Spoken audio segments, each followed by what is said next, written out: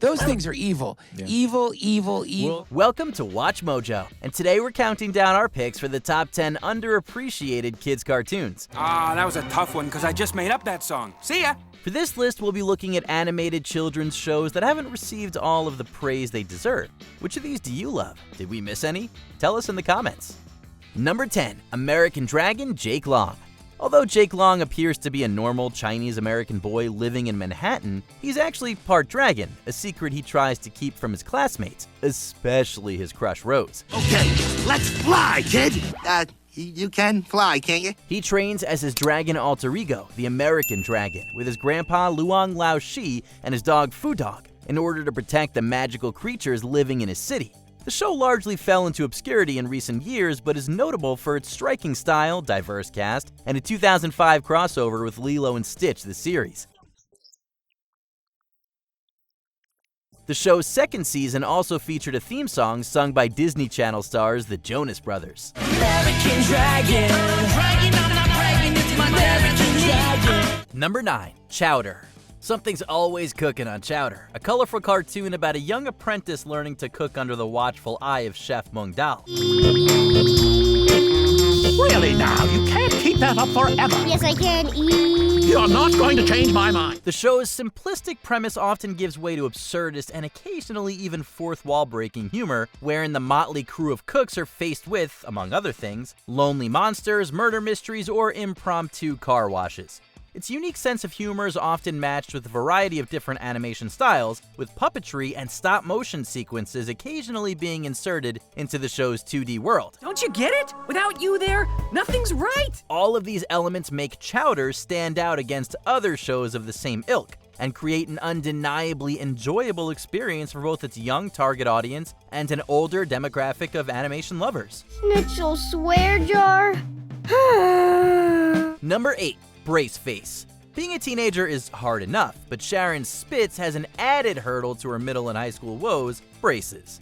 And not just any braces. Sharon's braces seem to cause trouble wherever she goes, discharging electricity and connecting her to wireless communication devices at random. Alden, it's Nina.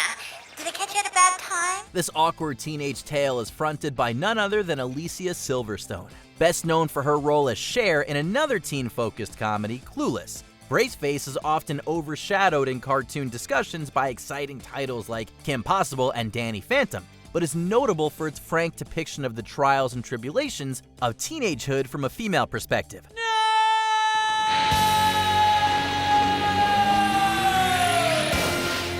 Sharon even grows older as the series progresses, moving through middle school and into high school. Can't believe how big this place is. Number 7. My Life as a Teenage Robot. Jenny longs to be a normal teenage girl who goes to school and hang out with friends. The only problem? She's a robot, built by her mother to be Earth's protector. Now be a good robot and go destroy that meteor. Yes, ma'am. Although on the surface, the show can seem like an unrealistic, action-packed sci-fi, on an episode-to-episode basis, it's clear that the real heart of the show is Jenny's struggle to fit in with normal society.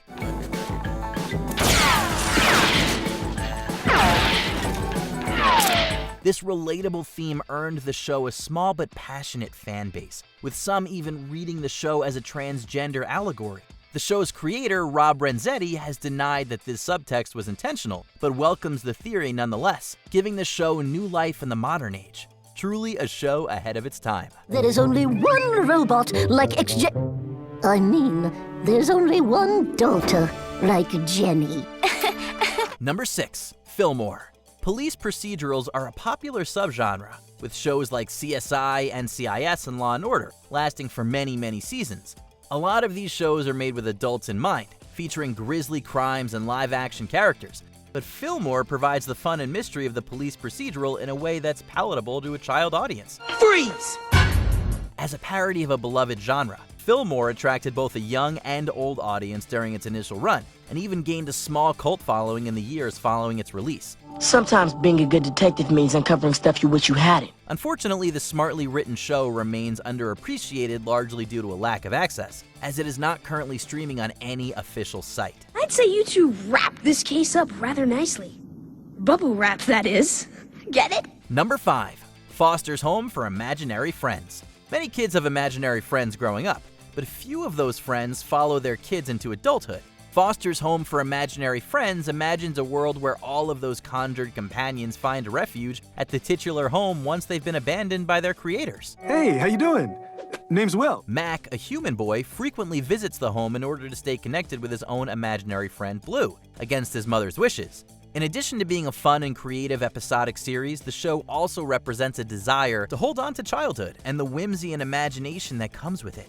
These themes are frequently represented through the show's world building and the backstories given to members of its large ensemble cast, depth not usually afforded to lighthearted kids shows. You can help these little friends in need by sending a generous donation to Foster's Home for Imaginary Friends. Number 4. Static Shock. Static Shock was the first of its kind in children's animation, as it had the first African-American title character to carry an animated superhero series.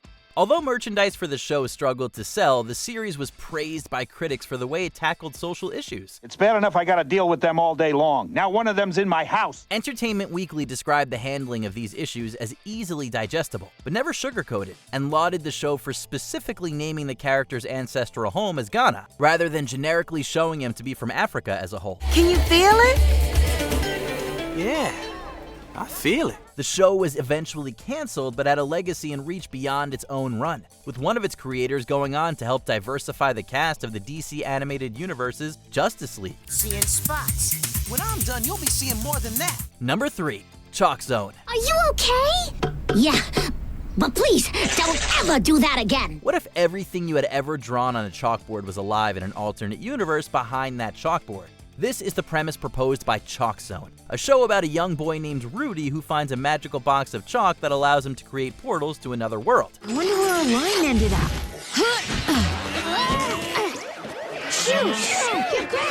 The show's chalk world has a unique visual style, true to its name, that nicely contrasts with the real-world characters Rudy and Penny. Each episode of the series also ends with 1-minute music videos featuring original songs relevant to the preceding events. Occasionally, these songs even feature well-known names such as Jeff Bennett, the voice of Johnny Bravo, and Jim Cummings, known for his work as Winnie the Pooh and Tigger. What am I don't know! Number 2. Freakazoid. Animated superhero shows have always been a dime a dozen, with the show really having to set itself apart to make a name for itself. He turned into the Freakazoid, strong and super quick. He drives the villains crazy, 'cause he's a lunatic. Thankfully, Freakazoid does just that, being a slapstick parody of the genre.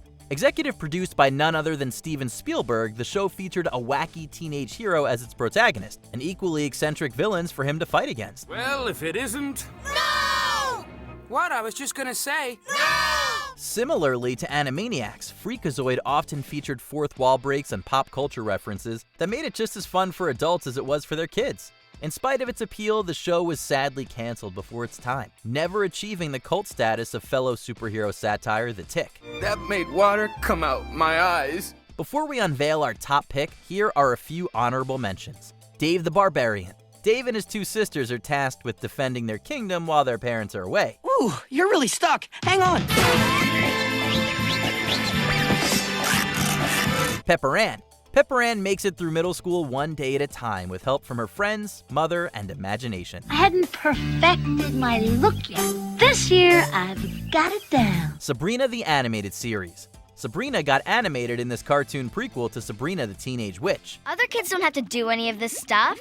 Other kids aren't half witches like you. 16. 6 friends, all 16, work and hang out at the Galleria Mall. She's joking. We love rugby. Jen, what are you doing? Shh, we might have some dates for tomorrow night. The Spectacular Spider-Man. The Spectacular Spider-Man gives a mature take on the beloved teen web-slinger. And to our mission, destroying you for rejecting us.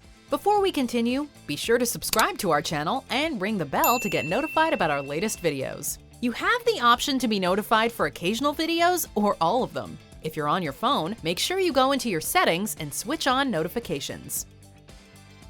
Number 1. The Mighty Bee. Actress and comedian Amy Poehler is probably best known for her role as Leslie Knope in the NBC sitcom Parks and Recreation. But before she was filling pits and making parks, Polar was lending her voice to a much younger, strong-willed woman. Honeybee Troop 828, Bessie Higginbottom reporting for duty. Bessie is only 9 3/4 years old, but is determined to collect all the badges in her Honeybee Scout Troop and become the Mighty Bee, no matter the lengths it will take her to get there. Wow, isn't he the most graceful creature you've ever seen? The show stands out from other female-centric children's shows by never delving into boy trouble, rainbows, or unicorns. Bessie was an eccentric, weird girl, and critics loved her for it. The show even received a Daytime Emmy Award for Achievement in Animation in 2009. This is me stinging you! Oh, forget it. It's a bee thing. Do you agree with our picks? Check out this other recent clip from WatchMojo, and be sure to subscribe and ring the bell to be notified about our latest videos.